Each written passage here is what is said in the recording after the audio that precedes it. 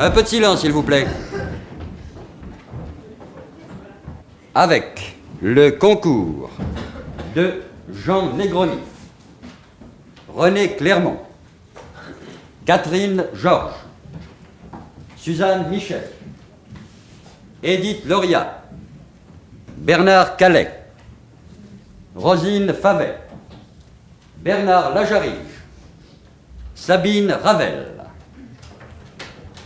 Un conte de José Pivin. Fermez vos cahiers.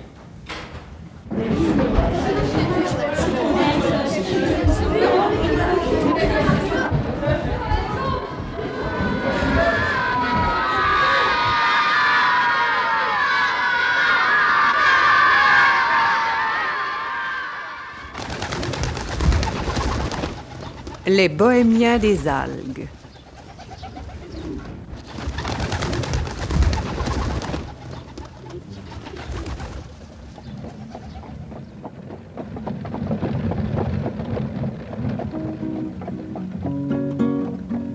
J'ai repeint ma roulotte aux couleurs de l'été, ma maison feuille aux roues ensoleillées. J'écoute la crinière de mon cheval bruissant, clapotis de sabots au parage des routes, parmi les herbes grêles, sa grasse et sa carotte. Jaillit des sauterelles, s'avance ma roulotte.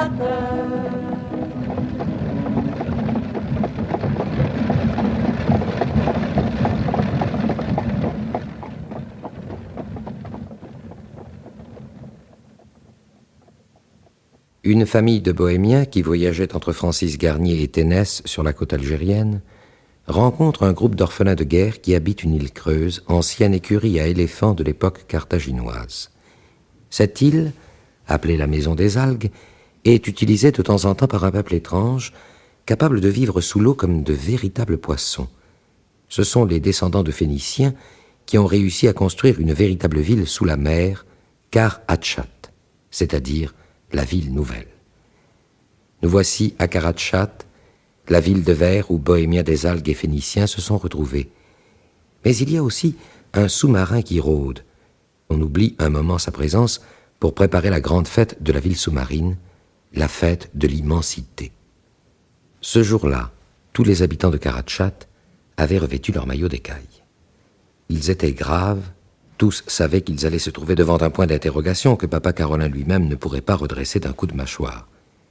Vaut-il mieux vivre paisiblement, mais sous les eaux de la mer, ou bien se lancer dans la lutte que mènent sans cesse les hommes de la surface? Que décidons-nous? Moi, je n'ai aucune envie de remonter à la surface. Pour revoir ceux qui ont brûlé notre maison, il doit en rester. Moi non plus, Shaoul. Pourtant, quel dommage de jeter ces rubis et cette poudre d'or. Mais si un jour on avait quand même envie de partir. Oh, un jour. Il n'est pas question de plus tard, il va falloir se décider. Les habitants de Kar-Hatchat ont déjà revêtu leurs maillots. Ils se dirigent vers les écluses des portes. Nous allons être en retard. Avez-vous reçu les rubis et la poudre d'or? Oui, on les a tous. Et il va falloir les jeter à la mer. Vous ferez ce que vous voudrez. Perdre tant d'argent comme ça, pour se prouver qu'on n'y tient pas. Mais il doit y avoir d'autres moyens. Nos aïeux étaient des marchands qui connaissaient la valeur des choses. Ce sont eux qui ont institué cette épreuve. Nous n'en avons pas trouvé de meilleur. Vous vous contentez trop facilement de mots là-haut maintenant. Pas tout le monde, malheureusement.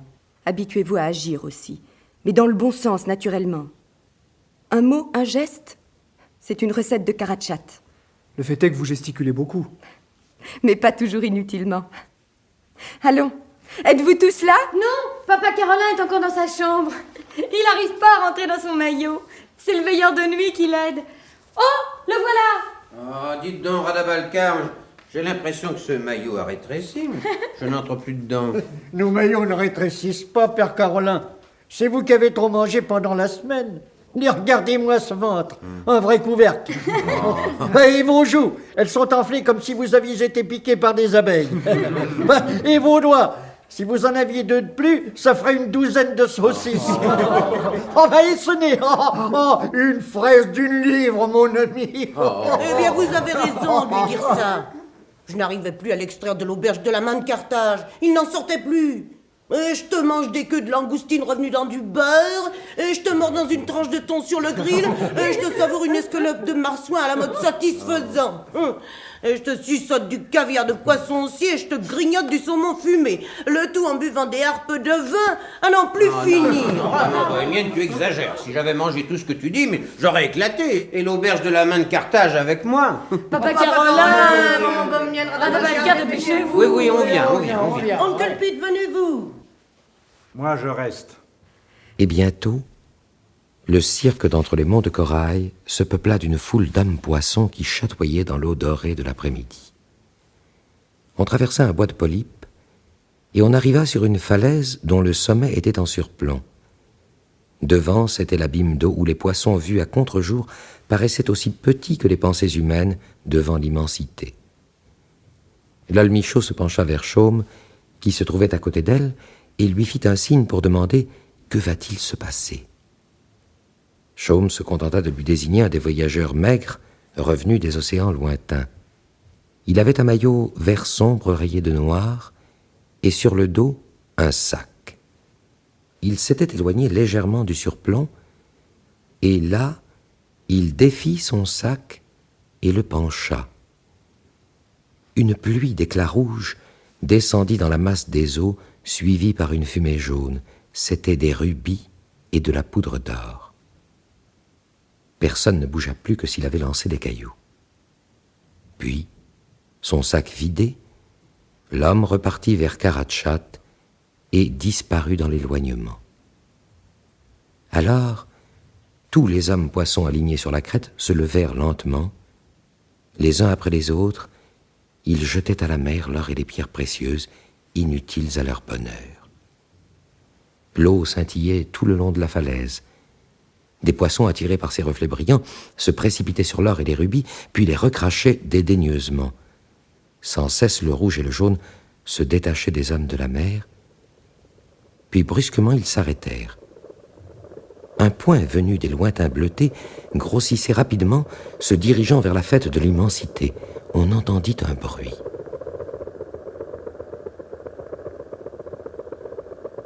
Le sous-marin.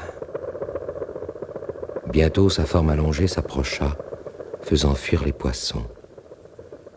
L'avant était muni d'une cabine de verre où l'on voyait vaguement un homme maniant des tiges qui se prolongeaient à l'extérieur par de petits filets. Le sous-marin traînait derrière lui un de ces chaluts qui servent à racler le fond de la mer aux bateaux de pêche. Celui-ci n'était pas utilisé pour prendre des poissons, mais les rubis et les pépites d'or qui descendaient. Arrivé près de la falaise, le sous-marin vira de bord en s'enfonçant. Visiblement, il voulait s'emparer du trésor qui allait s'engloutir. À l'avant, l'homme maniait fiévreusement les filets à main. Mais les rubis et les pépites d'or descendaient vite. Acharnés, les occupants du sous-marin les suivaient dans les profondeurs, faisant des virages de plus en plus courts pour mieux les saisir, et au cours d'un virage, le chalut se prit dans les hélices et le gouvernail. Devant les sirènes de Karachat, le sous-marin continua à descendre dans les abîmes, mais privé de direction. Les habitants de Karachat regardaient, atterrés. Quelques-uns nagèrent dans ces directions, ils revinrent précipitamment. Délestant ses réservoirs, le sous-marin remontait à la surface où il pourrait sans doute réparer ses avaries. Sa forme noire reparut au niveau du surplomb, puis de nouveau un événement imprévisible se produisit. Le haut du sous-marin, qui n'était plus gouverné, heurta violemment une aiguille de pierre du surplomb qui le creva. La mer l'envahit et il descendit.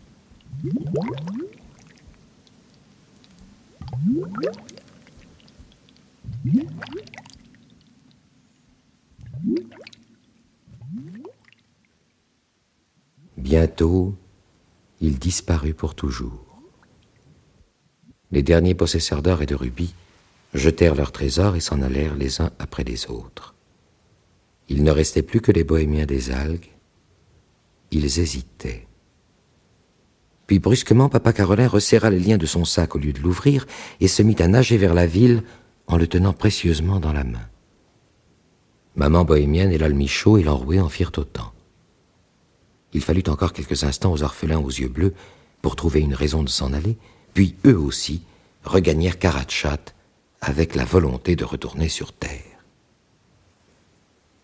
Assis à la terrasse d'un caboulot de la place, Oncle Pete se contenta de lancer quelques bouffées de fumée de pipe en les voyant revenir avec leur sac plein. Nous allons partir avec vous, Oncle Pete. Oh oui, là-haut, du côté où monte la fumée de votre pipe. Vous paraissez bien décidé. Que s'est-il donc passé cet après-midi? Le sous-marin est revenu pour repêcher les rubis et l'or lancés par les habitants de Karatchat.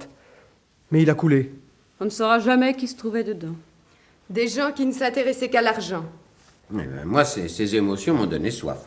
Alors, que peut-on manger dans cette gargote? Je voudrais au moins une bonne poignée de sardines grillées et une harpe de bière. Moi, je vais me promener dans la ville. Bien regarder mon cher Karatchat. Le sous-marin a coulé, mais peut-être a-t-il eu le temps de prévenir des complices par radio. Alors venez avec nous. Dans le chalet d'Oncle Pete. Je suis née sous la mer, je préfère y rester.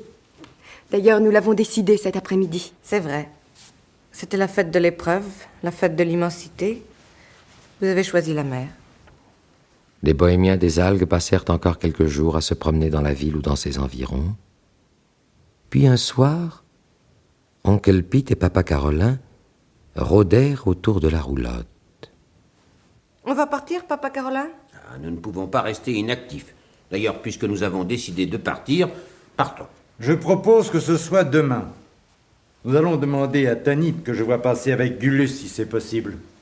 Le temps d'installer le tunnel de verre et vous pourrez vous en aller. Nous aussi, nous partons d'ailleurs. Vous venez avec nous? Non, d'un autre côté, loin d'ici. Toujours sous la mer? Oui, dans les profondeurs de l'Atlantique. Et Karatchat, la ville d'Ové, vous l'abandonnez? Non, vous verrez. Et un soir de la fin de l'automne, alors que sur la terre des bêtes et des hommes tombaient les dernières feuilles rouges, alors que les brumes ne quittaient presque plus le sol, au fond de la mer, à 1 mois de nage au large de la Méditerranée, la roulotte et kilomètres conduits par papa Carolin reprirent dans le tunnel de verre le chemin du retour. Les bohémiens des algues l'accompagnaient cette fois, soit à pied, soit dans la roulotte.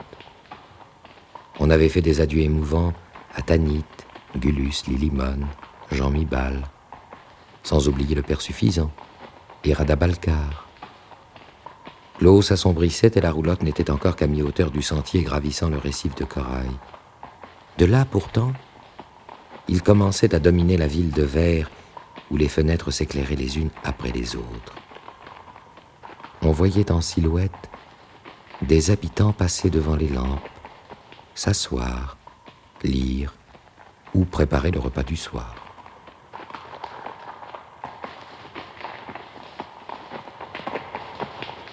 Tanit nous fait des signes. Le père suffisant se penche sur un client. Il doit lui demander... Est-ce que c'est suffisant? Oh, je crains que ce ne soit pas suffisant. Mais que se passe-t-il? Il me semble que la ville bouge. Mais qu'est-ce que tu racontes? C'est la roulotte qui cahote. Non. Arrête kilomètre un instant, papa Carolin. Oh!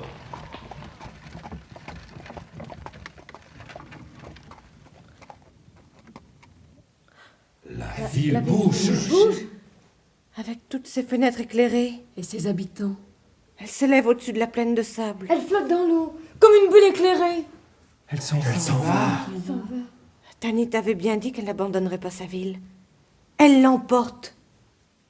Toute la ville éclairée venait en effet de se détacher du fond de sable, puis s'était mise à glisser entre 2 eaux, lentement, sans faire de remous, poussée par 2 tuyères à réaction d'eau. Karatchat s'en va. Oui, Karatchat, l'étonnante ville sous la mer, s'éloignait dans la nuit de l'eau, avec ses lampes et ses silhouettes, avec sa nostalgie d'automne qui lui faisait préférer se cacher au fond des mers plutôt que de lutter avec les villes de pierre. Karacha sous la mer. Bientôt, il n'y eut plus que quelques points lumineux visibles au loin. Puis les points se réunirent en un seul, puis plus rien. Karachat était parti. Dans le tunnel de verre, il n'y avait maintenant plus que l'obscurité. Carolin alluma les lanternes de la roulotte et fit repartir kilomètres.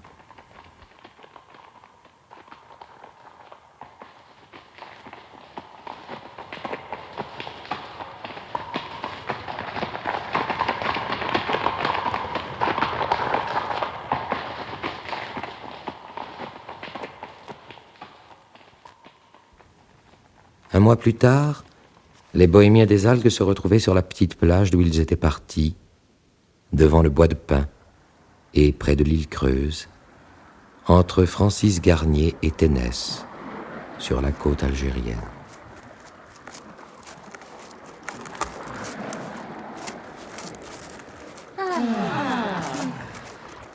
Ce n'était pas la vue de leur île ou la pensée du souterrain de la côte qui avait fait pousser ce soupir de satisfaction aux bohémiens des algues, mais le bruit du gravier sous leurs pieds, le passage du vent sur leurs joues et l'odeur des pins et de la terre des plantes.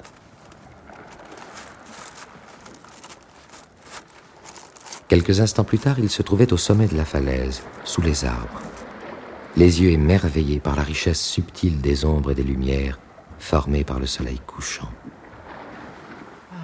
Nous pourrions dormir ici, sur les aiguilles de pin, au lieu d'aller dans la maison des algues. Il faudra prendre une couverture. Il y en a dans la roulotte. Demandons à papa Carolin ce qu'il en pense. Non, nous serons très bien dans la forêt. Moi, je n'aime pas revoir les maisons que j'ai quittées. Elles semblent vous faire la tête quand on revient.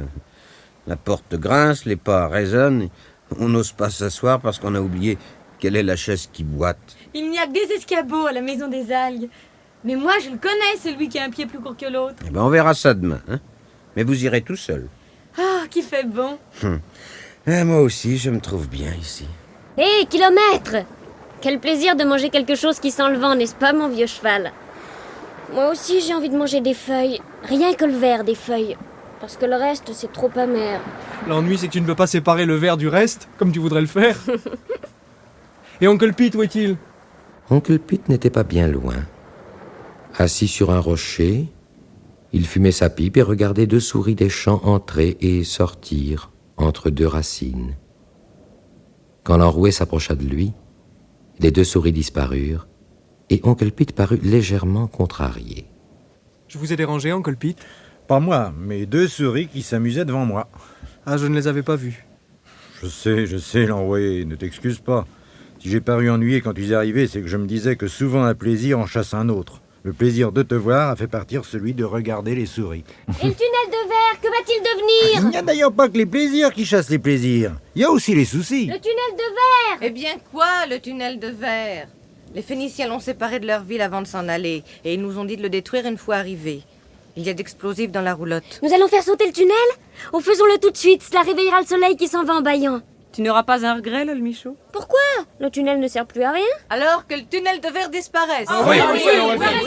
Quelques charges d'explosifs furent placées dans le tunnel jusqu'à quelques centaines de mètres du bord, reliées par un détonateur, puis... Feu!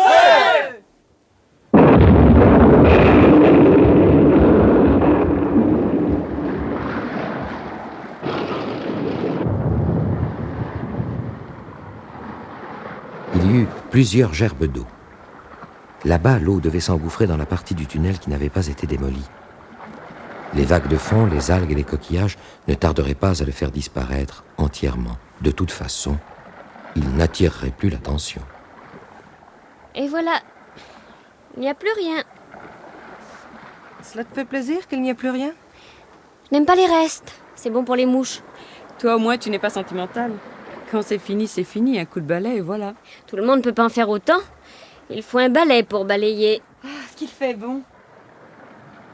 On dormit dans le bois de pin. Oncle Pete respirait avec l'odeur de résine, des rêves de torrents, de montagnes, de cabanes en rondins sur des rochers à chèvres. Chaume fut la première à se lever. Le ciel était encore gris. Aïe. Ouh, j'ai mal aux hanches.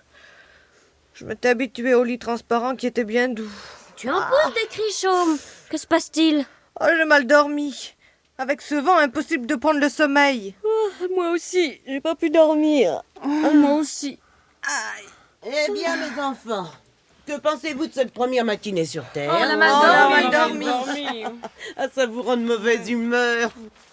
Eh bien, je crois qu'il va faire beau. Allez, mes enfants, que quelqu'un vienne moudre le café pendant que j'allumerai le feu. Hein? Chaume partit avec maman bohémienne derrière la roulotte. Les autres restèrent assis devant la mer, respirant l'air nouveau de toutes leurs envies. Je me sens tranquille, tranquille. Moi aussi, calme, calme. J'avais fait un cauchemar, j'ai tout oublié, tout. Le soleil n'était pas encore levé. L'air était silencieux, d'un gris donnant une impression de plénitude. Sur la plage de gravier gris couraient de petits échassiers marins. La mer était calme, et les vagues ne faisaient penser qu'à la douceur de leur dos. Quand elles retombaient, cassées en mille éclats au bruit de verre, c'étaient les souvenirs de Karatchat qu'elles semblaient charrier sur la grève. Souvenirs déjà en mille morceaux, détails d'images de la ville transparente et de ses habitants. Aucun insecte ne bourdonnait encore. À peine quelques oiseaux commençaient-ils à pépiller, immobiles sur leurs branches, le cou encore endolori par le sommeil sous l'aile.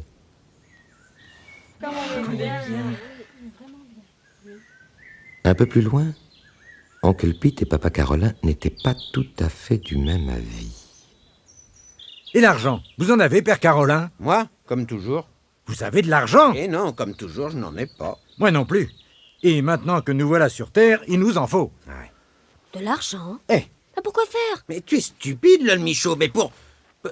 Ah, mais c'est vrai, elle a raison, hein. Pourquoi nous inquiéter? Et les pépites et les rubis de la fête de l'immensité que nous avons emmenés. Ah! On les avait oubliés. Le manque d'habitude. Vous aviez oublié que nous étions riches? Riche, faut pas exagérer. Une dizaine de pépites d'or et que 3 ou 4 rubis par personne. Apporte le sac, que nous estimions cela en douros algériens. Et où est le sac? Et dans la cage à Zonzon, pour qu'il le garde. Nous avons maintenant ce qui me manquait quand j'étais jeune. Vous voilà de vrais fils de châtelains. À vous de prouver que vous les valez autrement que par l'argent. Oh, Marquis! Votre carrosse! Mes enfants! Papa Carolin va nous faire un discours. Il sera bref. Nous n'avons rien pour déjeuner ou dîner. Et nous ne pouvons pas aller au village acheter une boîte de sardines à l'huile avec une pépite d'or. Oui, ça c'est vrai. Donc, allons à la pêche une dernière fois. Ah bah oui! Allez, à la pêche. Une heure après, les bohémiens des algues, ayant fait basculer la dalle qui masquait l'entrée du souterrain, arrivaient dans la caverne de l'île Creuse dont les volets de pierre avaient été enlevés. Comme le disait Papa Carolin, on ne se sent plus chez soi. Oui, c'est vrai. Plus d'odeur de torche, de petites saletés récentes. Avant, rien ne paraissait vide, même la marmite. On y devinait encore la forme des pommes de terre et la couleur des carottes qu'on avait épluchées la veille. Moi, j'ai l'impression de me tromper de maison. Ou bien de souvenir, enfin, je ne sais pas, l'un ne va plus avec l'autre. Je croyais les algues plus vertes. Moi, le sable plus doré. Et notre ami le méro, on ne le voit pas. Tout reviendra, un peu de patience. Maintenant, préparons les filets pour cette nuit. Le soir même, on pêcha. Puis, un matin, on s'en alla. Les volets de pierre bouchèrent de nouveau les vitres de la maison des algues. L'entrée du souterrain fut recouverte de terre et... kilomètres!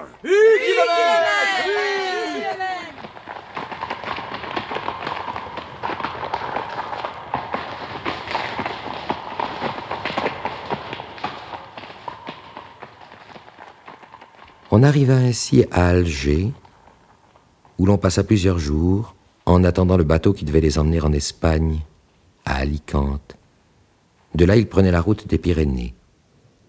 À l'embarquement sur le Sidi Mabrouk, Kilomètre ne voulait pas monter dans le bateau. On le poussa. Kilomètres! Va! Puis ce fut la traversée de l'Espagne poussiéreuse et dorée. Les premières pentes des Pyrénées à gravir. Kilomètres.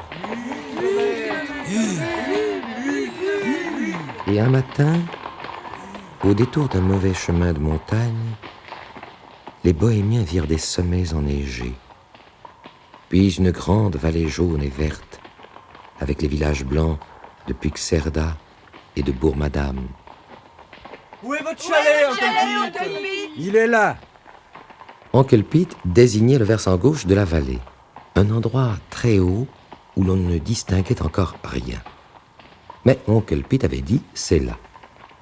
Et on imaginait le hameau de Dargasson à 10 kilomètres de Font-Romeu, avec ses blocs éboulés, ses torrents, et sa vue sur toute la vallée de la Cerdagne. L'air était léger, pétillant, vif. Qu'il fait bon. Voilà Nedji qui se remet en extase devant sa vitrine. Allons, mes enfants, en route. Nous n'arriverons qu'à la nuit au chalet. La route monte sans arrêt. Kilomètres. C'est là.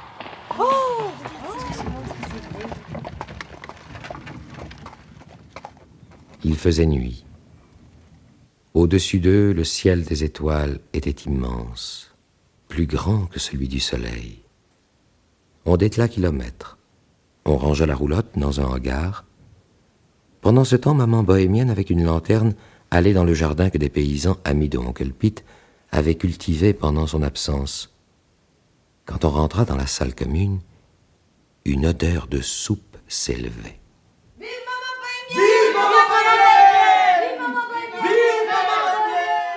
Et les jours passèrent dans le chalet où chacun avait trouvé une occupation. Oncle Pete était descendu à Perpignan pour vendre quelques pépites. On lui en avait donné un bon prix, et il avait acheté 2 vaches, 6 poules, un coq, sans oublier les lapins. Tout le monde s'en occupait, sauf papa Carolin. Sur les sommets, la neige s'en allait, revenait, mais chaque fois moins haut, car l'été approchait. Papa Carolin regardait le beau et le mauvais temps en fumant sa pipe et en jouant de la guitare. Mais un jour, on ne l'entendit plus. Mais où est parti Papa Carolin? Où est Papa Carolin? Le voilà dans le hangar. Alors, Papa Carolin? Je repeins la roulotte après l'avoir réparée. Eh bien, maintenant que nous nous sommes bien reposés chez Oncle Pete, nous allons repartir, hein? N'est-ce pas, Lol Michaud et l'Enroué? Oui, Bien bien sûr. sûr. Mais où allons-nous aller? Tu me laisseras conduire? Vous voulez nous quitter? Ah, ben c'était prévu. Nous sommes des bohémiens. Mais nous reviendrons chaque année, comme les hirondelles. C'est long, une année. Penses-tu? C'est vite passé. Parce que vous voyagez tout le temps? Nous travaillerons tout le temps. Les jours passeront vite aussi. Voulez-vous qu'on vous aide à peindre, Papa Carolin?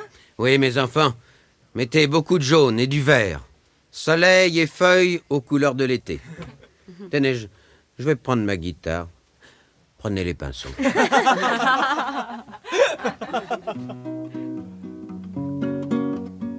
J'ai repeint ma roulotte aux couleurs de l'été, ma maison feuille aux roues ensoleillées.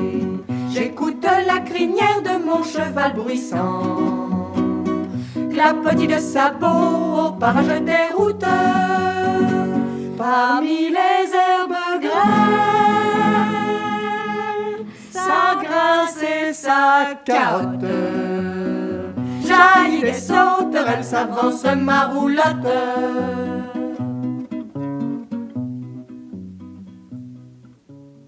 Et un matin, la roulotte s'en alla. Et un matin, les orphelins aux yeux bleus eurent envie de pleurer. Puis, en pensant que leurs amis reviendraient, ils eurent envie de rire. Et c'est ainsi que se termine l'histoire des Bohémiens des algues. Peut-être un jour les habitants de Karachat suivront-ils aussi le sentier qui mène au chalet de Oncle Pete. Mais il y a de grandes chances pour qu'ils restent encore longtemps errants au fond de la mer, dans leur ville transparente.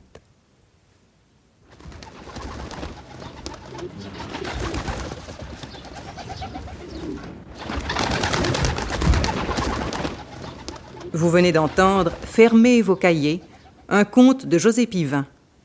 Avec le concours de Jean Negroni, René Clermont, Catherine Georges, Suzanne Michel, Édith Loria, Bernard Calais, Rosine Favet, Bernard Lajarige et Sabine Ravel.